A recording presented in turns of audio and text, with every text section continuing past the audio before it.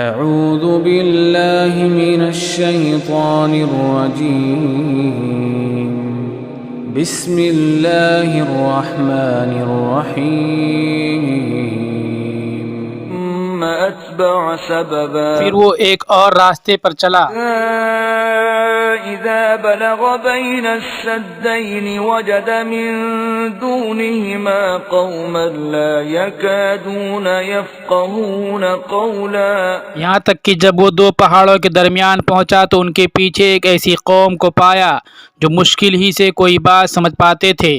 قالوا يا ذا القرنين إن يأجوج ومأجوج مفسدون في الأرض فهل نجعل لك خرجا على أن تجعل بيننا وبينهم سدا انہوں نے کہا، اے ذوالقرنین، یاجوج اور ماجوج نے اس علاقہ میں بڑا فساد مچا رکھا ہے، کیا ہم آپ کے لیے کچھ ٹیکس مقرر کر دیں بشرطے کہ آپ ہمارے اور ان کے درمیان کوئی روک بنا دیں؟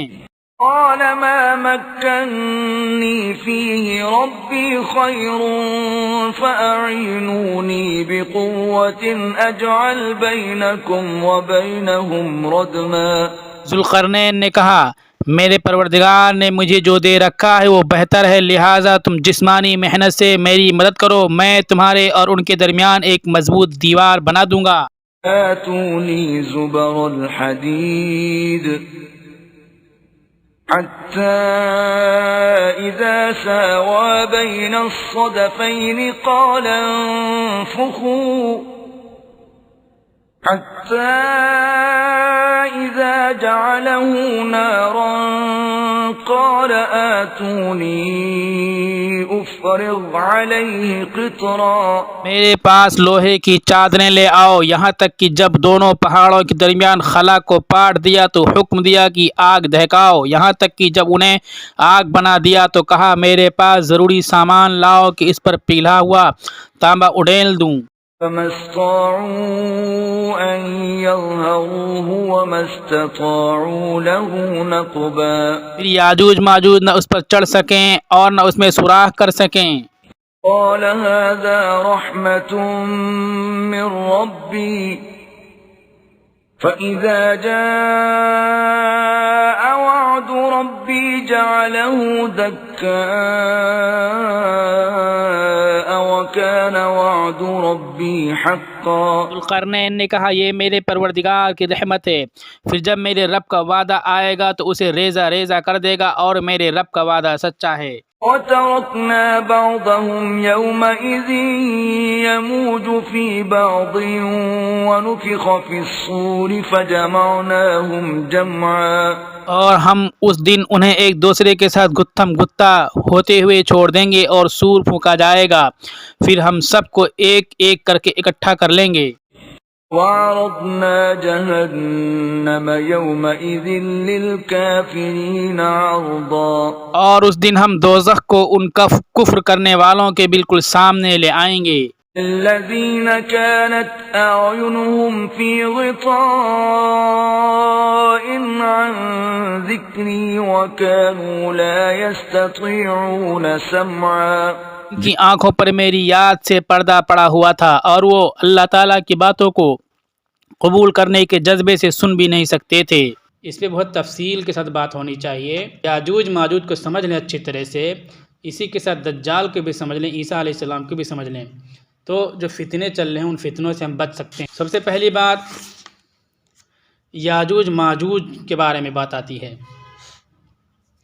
بہت سی باتیں ایسی ہیں جو باتیں کہتے رہتے ہیں، مثلا یاجوج ماجوج انسان نہیں ہیں، ان کے کان اتنے بڑے ہوتے کہ ایک کان بچھاتے ہیں دوسرے کان اوڑھ لیتے ہیں، ایسا نہیں ہے، یہ غلط بات چل رہی ہے۔ یاجوج ماجوج کے سلسلے میں تفصیل کے ساتھ روایتیں ہیں، مسلم شریف بخاری شریف، وہ روایتیں ماننا ضروری ہے۔ قرآن و سنت کی تصریحات سے اتنی بات تو بلا شبہ ثابت ہے کہ یاجوج ماجوج انسانوں ہی کی قومیں ہیں، عام انسانوں کی طرح نوح علیہ السلام کی اولاد میں سے ہیں، کیونکہ قرآن کریم کی نص سے صریح ہے وَجَعَلْنَا ذُرِّيَّتَهُ هُمُ الْبَاقِينَ، یعنی طوفان نوح علیہ السلام کے بعد جتنے انسان زمین پر باقی ہیں اور رہیں گے وہ سب حضرت نوح علیہ السلام کے اولاد میں ہوں گے، تاریخی روایات اس پر متفق ہیں کہ یافس کے اولاد میں ہیں۔ ایک ضعیف حدیث سے بھی اس کی تائید ہوتی۔ ان کے باقی حالات متعلق سب سے زیادہ تفصیلی اور صحیح حدیث حضرت نواس بن سمعان رضی اللہ تعالیٰ عنہ کی ہے، جس کو صحیح مسلم اور تمام مستند کتب حدیث میں نقل کیا گیا ہے۔ محدثین نے اس کو صحیح قرار دیا ہے۔ اس میں خروج دجال کے نکلنے، نزول عیسیٰ علیہ السلام، پھر خروج یاجوج ماجوج۔ سب سے پہلے دجال آئے گا، پھر حضرت عیسیٰ علیہ السلام کا نزول ہوگا، پھر یاجوج ماجوج آئیں گے۔ تو ان تینوں کو جاننا ضروری ہے کہ دجال کب نکلے گا، عیسیٰ علیہ السلام کب آئیں گے، اور اس کے بعد یاجوج ماجوج آئیں گے۔ پوری حدیث کا ترجمہ سنیں۔ حضرت نواس بن سمعان رضی اللہ تعالیٰ عنہ فرماتے ہیں کہ رسول اللہ صلی اللہ علیہ وسلم نے ایک دن صبح کے وقت دجال کا تذکرہ فرمایا۔ تذکرہ فرماتے ہوئے بعض باتیں اس کے متعلق ایسی فرمائیں جن سے اس کا حقیر اور ذلیل ہونا معلوم ہوتا تھا کہ بہت ہی ذلیل ہوگا وہ، مثلا کہ وہ کانا ہے۔ بعض باتیں اس کے متعلق ایسی فرمائیں جن سے معلوم ہوتا تھا کہ اس کا فتنہ سخت اور عظیم ہے، بہت بڑا فتنہ اس کا ہوگا، مثلا جنت و دوزخ کا اس کے ساتھ ہونا، اور دوسری خلاف عادت باتیں، وہ جنت دوزخ ساتھ میں لے کے چلے گا، بہت ہی آسانیاں، زندگی کی نعمتیں ساتھ میں، عیش و آرام کے لے کے چلے گا، اور مصیبتیں اور آفتیں بھی ساتھ میں لے کر کے چلے گا۔ یہ بڑی چیز ہو گئی۔ آپ کے بیان سے ہم پر ایسا خوف طاری ہوا کہ گویا دجال کھجوروں کے جھنڈ میں ہے، یعنی قریب ہی موجود ہے۔ جب ہم شام کو حضور صلی اللہ علیہ وسلم کی خدمت میں حاضر ہوئے تو آپ نے ہمارے قلبی تاثرات کو بھانپ لیا اور پوچھا کہ تم نے کیا سمجھا؟ ہم نے عرض کیا کہ آپ صلی اللہ علیہ وسلم نے دجال کا تذکرہ فرمایا اور بعض باتیں اس کے متعلق ایسی فرمائیں جن سے اس کا معاملہ حقیر اور آسان معلوم ہوتا تھا، اور بعض باتیں ایسی فرمائیں جن سے معلوم ہوتا ہے کہ اس کی بڑی قوت ہوگی، اس کا فتنہ بڑا عظیم ہوگا۔ ہمیں تو ایسا محسوس ہونے لگا کہ ہمارے قریبی وہ کھجوروں کے جھنڈ میں موجود ہے۔ حضور صلی اللہ علیہ وسلم فرمانے لگے، تمہارے بارے میں جن فتنوں کو مجھے خوف ہے ان میں دجال کی بنسبت دوسرے فتنے زیادہ قابل خوف ہیں۔ اللہ کے نبی فرماتے ہیں کہ تمام انبیاء نے دجال سے اپنی امت کو ڈرایا ہے، آپ بھی ڈرا رہے ہیں، پوری کیفیت بیان کر دی دجال کی۔ لیکن صحابہ کرام کے بارے میں یہ بات اللہ کے نبی فرماتے ہیں کہ تمہیں دجال سے ڈرنے کی ضرورت نہیں ہے، دجال کے بجائے دوسرے بڑے فتنے تمہارے ساتھ ہیں، ان سے تم احتیاط و پرہیز کرو۔ یعنی دجال کا فتنہ عظیم نہیں ہے، کس کے لیے؟ صحابہ کرام کے لیے، ہم لوگوں کے لیے تو عظیم رہے گا۔ آپ فرماتے کیوں بڑا عظیم نہیں ہے؟ اگر میری موجودگی میں وہ نکلا تو میں اس کا مقابلہ خود کروں گا، تمہیں اس کی فکر کرنے کی ضرورت نہیں۔ اگر وہ میرے بعد آیا، ہر شخص اپنی ہمت کے موافق اس کو مغلوب کرنے کی کوشش کرے گا، ہر مسلمان۔ لیکن اب مسلمان خاندان میں پیدا ہونے سے انسان مسلمان نہیں رہے گا، بلکہ حدیث میں آتا ہے کہ اس وقت ایسے حالات ہوں گے کہ انسان صبح مسلمان ہوگا، شام کو کافر ہو جائے گا، شام کو مسلمان، صبح کافر ہو جائے گا، ایمان سے چلا جائے گا۔ تو جب مسلمان ہوگا وہی مقابلہ کرے گا، تو ہر مسلمان مقابلے کی کوشش کرے گا۔ حق تعالیٰ میری غیر موجودگی میں ہر مسلمان کا ناصر مددگار ہوگا، جو مسلمان ہوگا اللہ تعالیٰ اس کی مدد کریں گے، مقابلہ کی کوشش کرے گا تو اللہ تعالیٰ کی مدد اس کے ساتھ آئے گی۔ تو ہم لوگوں کو بھی ہر وقت دجالی فتنے سے مقابلے کی کوشش کرتے رہنا چاہیے۔ اس کی علامت ہے کہ وہ نوجوان سخت پیچدار بالوں والا ہے، یعنی وہ دجال جو ہے پیچدار اور سخت پیچدار ٹیڑھے میڑھے بال، گھنگھرالو بال ہوں گے۔ اس کی ایک آنکھ اوپر کو ابھری ہوئی ہے، دوسری آنکھ سے کانا ہے، ایک آنکھ تو ہے لیکن آگے نکلی ہوئی، دوسری آنکھ سے کانا ہے، جیسے کہ دوسری روایت میں بھی آتی ہے بات۔ اگر میں اس کی قبیح صورت میں اس کو کسی کے ساتھ تشبیہ دے سکتا ہوں تو وہ عبد العزیٰ ابن قطن ہے۔ یہ زمانے جاہلیت میں بنو خزاع قبیلے کا ایک بد شکل بدصورت انسان تھا۔ اللہ کے نبی نے بتایا کہ اس کی جیسا یہ ہو سکتا ہے، ایک تشبیہ دی، اس سے بھی زیادہ برا ہوگا اس کا چہرہ۔ اگر تم میں سے کسی مسلمان کا دجال کے ساتھ سامنا ہو جائے تو سامنا مطلب دجال کے دور میں جو مسلمان موجود ہو تو اس کو چاہے کہ سورہ کہف کی ابتدائی آیات پڑھ لے۔ ہم لوگوں کو روزانہ سورہ کہف کی 10 آیتیں پڑھنی چاہیے اس وقت، اس سے دجال کے فتنے سے محفوظ ہو جائے گا۔ دجال شام اور عراق کے درمیان سے نکلے گا، سارے فتنے اس وقت وہیں ہو رہے ہیں، ہر طرف فساد مچائے گا۔ اللہ کے نبی فرماتے ہیں اللہ کے بندو اس کے مقابلہ میں ثابت قدم رہنا، بہت ہی ہلا دینے والا فتنہ ہوگا، انسان اچھے کے ایمان ڈگمگا جائیں گے۔ ہم نے عرض کیا کہ یا رسول اللہ وہ زمین میں کس قدر مدت رہے گا؟ حضرت نواز کہتے ہیں آپ نے فرمایا 40 دن رہے گا، لیکن پہلا دن 1 سال کے برابر ہوگا، دوسرا دن 1 ماہ کے برابر ہوگا، تیسرا دن ایک ہفتے کے برابر ہوگا، باقی دن عام دنوں کے برابر ہوں گے۔ ہم نے عرض کیا رسول اللہ جو دن ایک سال کے برابر ہوگا کیا ہم اس میں صرف ایک دن کی 5 نمازیں پڑھیں گے اور ایک دن کا ایک روزہ رکھیں گے؟ مطلب 365 دن کے برابر ایک دن ہوگا تو نماز کیسے پڑھیں گے، روزہ کیسے رکھیں گے؟ نماز کے بارے میں پوچھا، آپ نے فرمایا نہیں، بلکہ وقت کا اندازہ کر کے پورے سال کی نمازیں ادا کرنی ہوں گی۔ حدیث کے اسی جملے سے ان مقامات کے بارے میں جہاں 6 مہینہ دن 6 مہینہ رات ہوتی ہے وہاں نمازوں کا روزے کا ٹائم علماء نے مقرر کر دیا۔ بہت سے لوگ کہتے ہیں ہم صرف حدیث ہی پہ عمل کریں گے، قیاس سے کوئی مسئلہ علماء کی بات نہیں مانیں گے، تو جہاں 6 مہینہ دن ہوتا ہے وہاں کیسے نماز پڑھیں گے، کیسے روزہ رکھیں گے؟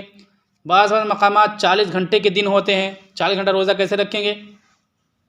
وہ بیوقوف لوگ ہیں اور اسلام میں شک پیدا کرنے والے لوگ ہیں۔ اللہ کے نبی خود کہہ رہے ہیں کہ کیا کہہ رہے ہیں؟ تقدیر القدرہ، اندازہ لگا کے نماز کا ٹائم مقرر کرنا۔ یہ انسانوں کو، علماء کو اللہ کے نبی اختیار دے رہے ہیں، مسلم شریف کی حدیث۔ پھر ہم نے عرض کیا رسول اللہ وہ زمین میں کس قدر تیزی کے ساتھ سفر کرے گا؟ فرمایا اس ابر کے مانند تیز چلے گا جس کے پیچھے موافق ہوا لگی ہوئی ہو۔ بادل ہواؤں پہ چلتے ہیں، ہوا تیز ہوگی، برابر ہوا کا پریشر دباؤ رہتا ہے، بادل بہت تیز بھاگتا ہے، اتنی تیز بھاگے کہ جتنے بادل بھاگتا ہے اس کے پیچھے ہوا مناسب لگی رہتی ہے اور دباؤ اس کا بنا رہتا ہے، بادل پھر رکتا نہیں ہے۔ بالکل اسی طرح سے برق رفتاری کے ساتھ، تیزی کے ساتھ اس کا سفر ہوگا۔ یہ جہاز جو اڑتے ہیں بھی ہواؤں میں بھی اڑتے ہیں، ہواؤں کے دباؤ اسی تیزی کے ساتھ بھاگتے ہیں۔ بس دجال کسی قوم کے پاس سے گزرے گا، یہ سمجھنے والی بات ہے، گزرے گا، ان کو اپنے باطل عقائد کی دعوت دے گا اور وہ اس پر ایمان لائیں گے تو وہ بادلوں کو حکم دے گا تو وہ برسنے لگیں گے۔ جن لوگوں نے اس کو دجال کو مان لیا ان سے کہے گا، وہاں کہے گا بادلوں سے کہ یہاں بارش ہو جائے کھیتیوں میں، تو وہاں کھیتیوں میں بادل سے بارش ہونے لگے گا۔ زمین کو حکم دے گا کہ سرسبز شاداب ہو جائے تو شاداب ہو جائے گی، زمین کو حکم دے گا اپنے اس کو اگا دو تو اگا دے گی زمین، ان کے مویشی اس میں چریں گے۔ شام کا جب واپس آئیں گے تو ان کے کوہان پہلے کی بنسبت بہت اونچے ہوں گے، اتنا آسودہ ہو جائیں گے ان کے جانور، بکری، بھیڑ، بیل، بھینس، گائے، یہ سب، اور تھن دودھ سے بھرے ہوئے ہوں گے، ان کی کوکھیں پر ہوں گی۔ یہ جو لوگ اس کو مان لیں گے ان لوگوں کی بات ہے۔ پھر دجال کسی دوسری قوم کے پاس سے گزرے گا اور ان کو بھی اپنے کفر و اضلال کی دعوت دے گا، گمراہی کی دعوت دے گا، لیکن وہ اس کی باتوں کو رد کر دیں گے اور ان سے مایوس ہو کر چلا جائے گا۔ تو یہ مسلمان لوگ قحط سالی میں پڑ جائیں گے، وہاں بارش نہیں ہوگی، وہ بارش روک دے گا اور ان کے پاس کچھ مال نہ رہے گا۔ ویران زمین کے پاس سے اس کا گزر ہوگا تو اس کو خطاب کر کے کرے گا کہ اپنے خزانوں کو باہر لے آ، زمین سے کہے گا اپنے خزانوں کو باہر لے آ، تو زمین کے خزانے اس کے پیچھے پیچھے ہو لیں گی، جیسے کہ شہد کی مکھیاں اپنے سردار کے پیچھے ہو لیتی ہیں۔ جو یہ on line cash less system ہے ایک طرح سے اسی کا حصہ ہے، چند آدمیوں کے ہاتھ میں ساری چیزیں ہیں کیش لیس سسٹم میں، سارا پیسہ خزانہ انہیں کے پاس چلا جائے گا۔ دجال کے پاس ایک آدمی بلایا جائے گا، نوجوان ہوگا، وہ اس کو تلوار مار کر کے 2 ٹکڑے کر دے گا، دونوں ٹکڑے اس قدر فاصلے پر کر دیے جائیں گے جس قدر تیر مارنے والا نشانے کے درمیان فاصلہ ہوتا ہے۔ دور سے انسان نشانہ لگاتا ہے تو ہیران جانور دور ہے تو اتنا فاصلہ جو اتنی دور میں دونوں ٹکڑے کو رکھے گا وہ، پھر وہ اس کو بلائے گا، وہ زندہ ہو کر دجال کی طرف اس کے اس فعل پر ہنستا ہوا روشن چہرے کے ساتھ آئے گا۔ یہاں روایت میں بات چھوٹی، آگے دوسری روایت میں آتی ہے وہ مسلمان ہوگا، جس کو قتل کرے گا مسلمان ہوگا، 2 ٹکڑے کرے گا، اور وہ حدیث اس کے علم میں ہوگا کہ ایک مرتبہ قتل کرنے کے بعد جب دوبارہ زندہ کرے گا تو اس کو پھر نہیں مار سکتا، تو وہ یہ کہے گا کہ اب تو میرا ایمان اور پکا ہو گیا، میری نبی کی بات پر اور مجھے یقین ہو گیا۔ میرے نبی نے کہا تھا کہ دجال قتل کرنے کے بعد زندہ کر دے گا اور زندہ کرنے کے بعد دوبارہ نہیں مار سکے گا، تو تم نے مجھے قتل کر کے زندہ کر دیا، اب دوبارہ تم مجھے مار نہیں سکتے ہو، میرے نبی کی بات سچی ہو گئی، اگر مار سکتے تو مارو۔ یہ بات آگے روایت میں دوسری آتی ہے، یہ ہو جائے گا، یہ بات چلی گی، اس طرح سے اس کے فتنے پھیل رہے ہوں گے۔ اب اس کے بعد کیا ہوگا؟ اسی دوران حضرت عیسیٰ علیہ السلام کو اللہ تعالیٰ آسمان سے نازل فرمائیں گے۔ عیسیٰ علیہ السلام کے نازل ہونے کی کیا کیفیت ہوگی؟ چنانچہ وہ 2 رنگ دار چادریں پہنے ہوئے دمشق کی مشرقی جانب سفید مینارے پر استنزول فرمائے، اپنے دونوں ہاتھوں کو فرشتوں کے پروں پر رکھے ہوئے ہوں گے، جب اپنے سر مبارک کو نیچے کریں گے تو اس سے پانی کے قطرات جھڑیں گے، جیسا کوئی ابھی غسل کر کے آیا ہو۔ جب سر کو اوپر کریں گے تو اس وقت بھی پانی کے متفرق قطرات جو موتیوں کی طرح صاف ہوں گے گریں گے۔ یہ کیفیت ہوگی۔ یہاں ایک غلام احمد قادیانی انگریزوں کے دور میں پیدا ہوا تو اس نے کہہ دیا کہ میں عیسیٰ ہوں، دعویٰ کر دیا۔ اب بہت سے لوگ ماننے لگے، ایسے بیوقوف لوگ ہیں کہ ماننے لگتے ہیں، ماننے لگے اس کو، عیسیٰ ماننے لگے، اور وہ مر گیا۔ اس نے کہا تھا اتنے دن میں ہم فتح کر لیں گے، پوری دنیا میں مہدی آ جائیں گے، اسلامی حکومت قائم کر دیں گے، دجال کو ختم کر دیں گے۔ مر گیا، ایک کے بعد ایک خلیفہ، اس کے لڑکے پیدا ہوتے جا رہے ہیں اور کوئی کہانی نہیں ہوئی، اور اس کو ماننے لگے لوگ۔ یہ روایت ہے دمشق کے مینارے پر اتریں گے اور یہ کیفیت اترنے کی ہوگی۔ وہ تو ہو گئے دجال، مطلب یہ چلا گیا مرزا غلام قادیانی۔ ایک گدھا پیدا ہوا شکیل بن حنیف، یہ بھوپال میں، اورنگ آباد میں، حیدرآباد میں لوگ اس کو مان رہے ہیں، عیسیٰ مان رہے ہیں، وہ کہتے ہیں میں عیسیٰ ہوں۔ اور بھوپال میں ایک کالونی اس نے بسا دی، اور یہاں اجین میں بھی کچھ لوگ رہتے ہیں۔ اورنگ آباد میں ایک کالونی بسا دی اس نے، حیدرآباد میں ایک کالونی بسا دی اس نے، اور اچھے اچھے نوجوان پوری داڑھی رکھتے ہیں، نمازیں پڑھتے ہیں، اس کو عیسیٰ مانتے ہیں۔ تو دجالی دور اس وہ عیسیٰ علیہ السلام کے نام پر دجالی فتنے کا ان مسلمانوں کو شکار بنائیں گے، شکار بنا رہے ہیں۔ یہ ہے پہچان۔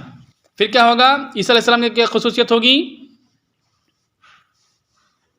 جس کافر کو آپ کی سانس کی ہوا پہنچے گی، جس کافر کو آپ کی سانس کی ہوا پہنچے گی وہ وہی مر جائے گا۔ ان کافروں کو انگریزوں نے پرموٹ کیا، غلام قادیانی کو انگریز نے پرموٹ کیا، اس کو تنخواہ دیتے تھے، اس کو وظیفہ دیتے تھے، کوئی انگریز نہیں مرا اس کی سانس سے۔ اور یہ کافر شکیل بن حنیف جو بھوپال اور اورنگ آباد، حیدرآباد اور ملک کے مختلف حصوں میں فتنہ پھیلا رہا ہے، کافر ان کو تنخواہ پیسہ دیتے ہیں، کوئی کافر نہیں مرتا اس کی سانس سے۔ آپ کا سانس اس قدر دور پہنچے گا جس قدر آپ کی نگاہ جائے گی۔ حضرت عیسیٰ علیہ السلام دجال کو تلاش کریں گے، یہاں تک کہ آپ اسے باب اللد پر جا پکڑیں گے، باب اللد پہ دیکھیں گے، وہ کھڑا ہوگا، عیسیٰ علیہ السلام دیکھیں گے۔ دوسری روایت میں تفصیل آتی ہے کہ آپ کسے گلتے گلتے ختم ہو جائے گا، مر جائے گا وہیں باب اللد۔ وہ دروازہ آج بھی، جیسے دروازہ یہاں نام ہے، ایسے ایک دروازہ تھا، ایک گاؤں لد تھا، وہاں دروازہ تھا، گاؤں تھا وہ۔ اس وقت اسرائیل دجال کا انتظار کر رہے ہیں، اور وہاں پہلے نہیں تھی جب اللہ کے نبی نے فرمایا اتنی زیادہ طاقت، ابھی ان کے ملک بنا، سب کچھ بنا ان کا، ساری فوجی ڈیفنس ڈپارٹمنٹ اور ایکٹیویٹیز وہیں لد میں کرتے ہیں۔ ان کو پتہ ہے کہ ہمارے بڑے سردار دجال یہیں آئیں گے، تو ان کی سیکورٹی کے لیے اور ان کے مومنٹ کو بڑھانے کے لیے وہیں لد میں اس وقت اسرائیل میں سارے ورک کرتے ہیں وہ، تو وہیں عیسیٰ علیہ السلام پائیں گے اور اس کو وہ مرے گا آپ کی سانس کی وجہ سے گل کر کے۔ پھر حضرت عیسیٰ علیہ السلام لوگوں کے پاس تشریف لائیں گے اور بطور شفقت کے ان کے چہروں پر ہاتھ پھیریں گے اور جنت میں اعلیٰ درجات کی خوشخبری سنائیں گے۔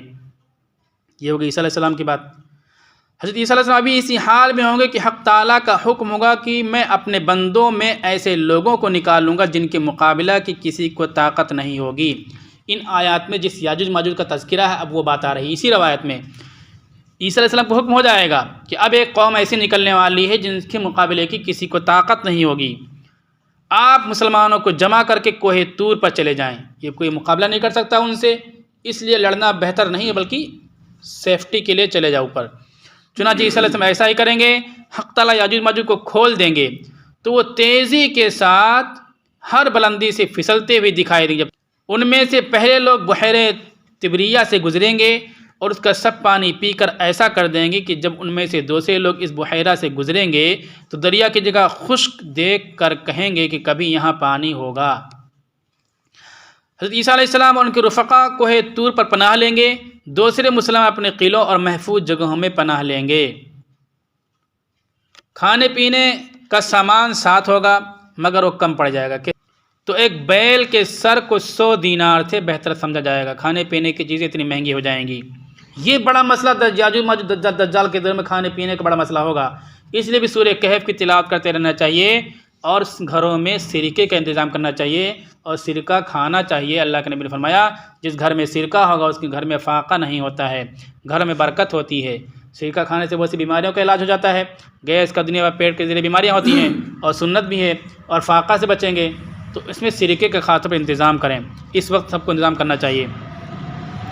حضرت عیسیٰ علیہ السلام اور دوسرے مسلمان اپنی تکلیف دور ہونے کے لیے حق تعالیٰ سے دعا کریں گے، حق تعالیٰ دعا قبول فرمائیں گے، اور ان پر وبائی صورت میں ایک بیماری بھیجیں گے. کن پر؟ یاجوج ماجوج پر ایک وبائی بیماری آ جائے گی اور یاجوج ماجوج تھوڑی دیر میں سب کے سب مر جائیں گے.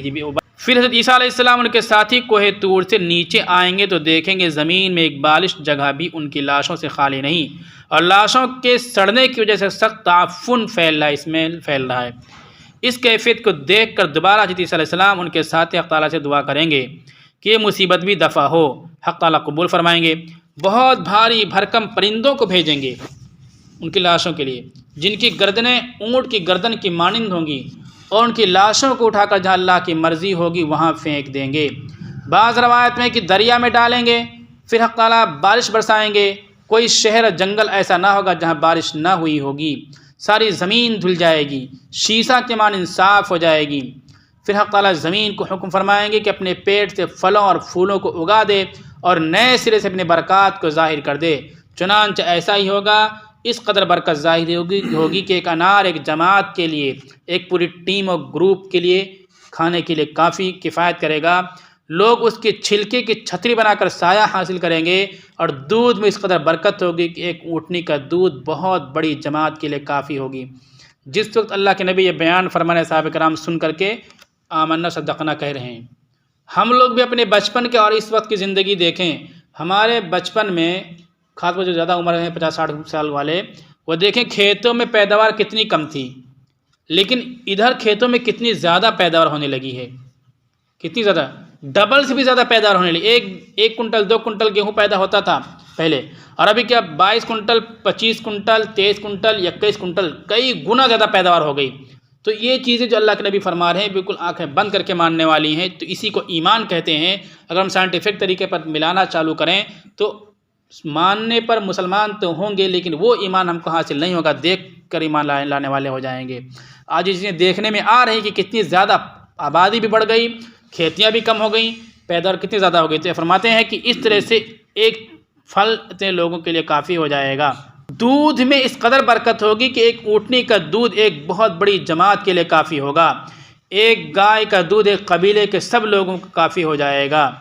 یہ جو دیسی گائے گھومتی کتنا کم دودھ دیتی ہیں. اب گائے بولے جرسی گائے کتنا زیادہ دودھ دیتی ہے. بھینس کو پیچھے ڈھکیل دیا اتنی زیادہ دودھ دینے لگی. اس طرح سے اللہ کے نبی فرماتے ہیں کہ اونٹ اتنا زیادہ دودھ، اونٹنی کا دودھ اتنا زیادہ ہوگا. ایک بکری کا دودھ پوری برادری کو کافی ہو جائے گا. یہ غیر معمولی برکات، امن و امان کا زمانہ 40 سال رہنے کے بعد جب قیامت کا وقت آ جائے گا تو اس وقت حق تعالیٰ خوشگوار ہوا چلائیں گے، جس کی وجہ سے سب مسلمانوں کی بغلوں کے نیچے خاص بیماری ظاہر ہوگی.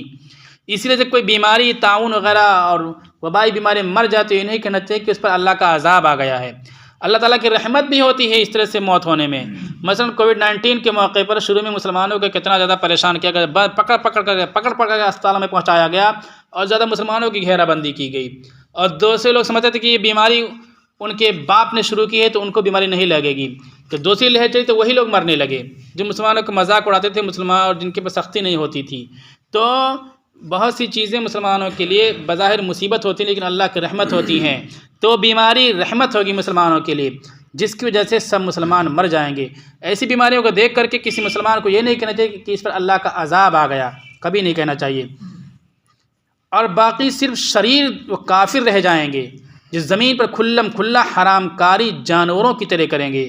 دوسری جگہ تفصیلات آتی ہیں کہ جس طرح گدھا گدہی کتے کتیا گدھ برائیاں کرتے ہیں، بالکل اسی انداز میں برائیاں اور حرام کاریاں انجام دیں گے. کھلا شراب پئیں گے، کھلا بدکاریاں کریں گے. ایسے ہی لوگوں پر قیامت آئے گی. جو بات اللہ کے نبی صلی اللہ علیہ وسلم نے ارشاد فرمائی قرب قیامت کی، وہ باتیں ہو کر کے رہیں گی، مانے یا نہ مانے. ہم اپنے بچپن میں دیکھتے تھے، حدیث پڑھتے تھے کہ گھر گھر سے گانے کی آواز آئے گی، تو بات سمجھ میں بالکل نہیں آتی تھی.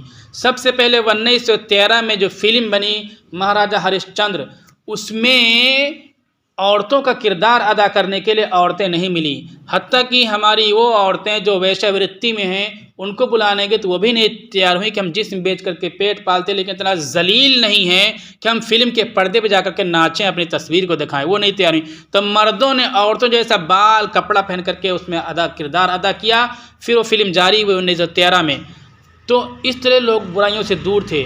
بچپن میں حدیث پڑھتے تھے گھر گھر سے گانے کی آواز آئے گی، ہر گھر سے قرآن پڑھنے کی آوازیں آتی تھیں. لیکن اللہ کے نبی کا فرمان تھا کہ ایسا ہوگا۔ پھر ایسا بیان فرمایا تھا آپ دوسری حدیث میں فرمایا کہ ناچ گانے ہوں گے، کھلے طور پر شراب پی جائے گی، اور پھر ناچ گانے ہو رہے ہوں گے، شراب پی رہے ہوں گے، ان پر اللہ کا اچانک عذاب آ جائے گا، ان کے چہرے سور اور بندر کے بنا دیے جائیں گے، قیامت تک ایسا رہیں گے۔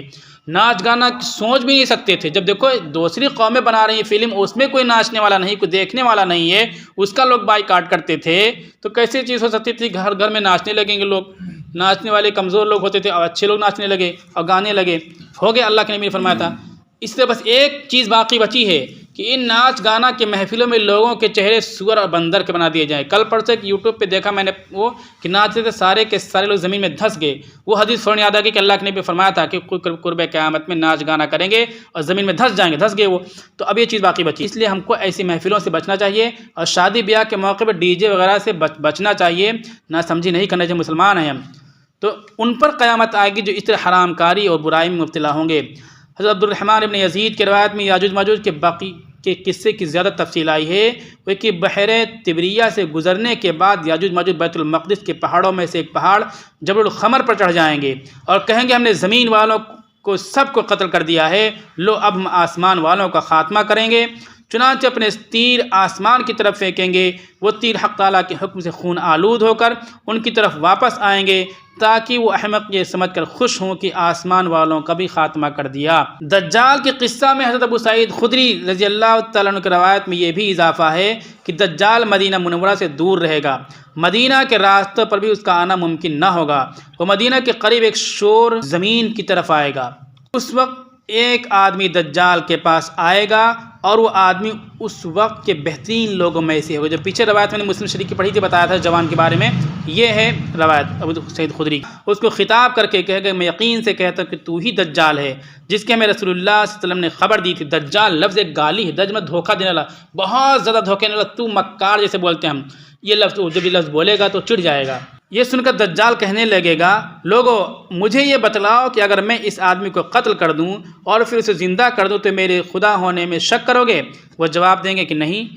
چنانچہ وہ اس آدمی کو قتل کرے گا اور پھر اس کو زندہ کر دے گا، تو وہ دجال کو کہے گا اب مجھے تیرے دجال ہونے کا پہلے سے زیادہ یقین ہو گیا، میرے نبی کا فرمان سچا ہوا۔ دجال اس کو دوبارہ قتل کرنے کا ارادہ کرے گا لیکن وہ اس پر قادر نہ ہو سکے گا۔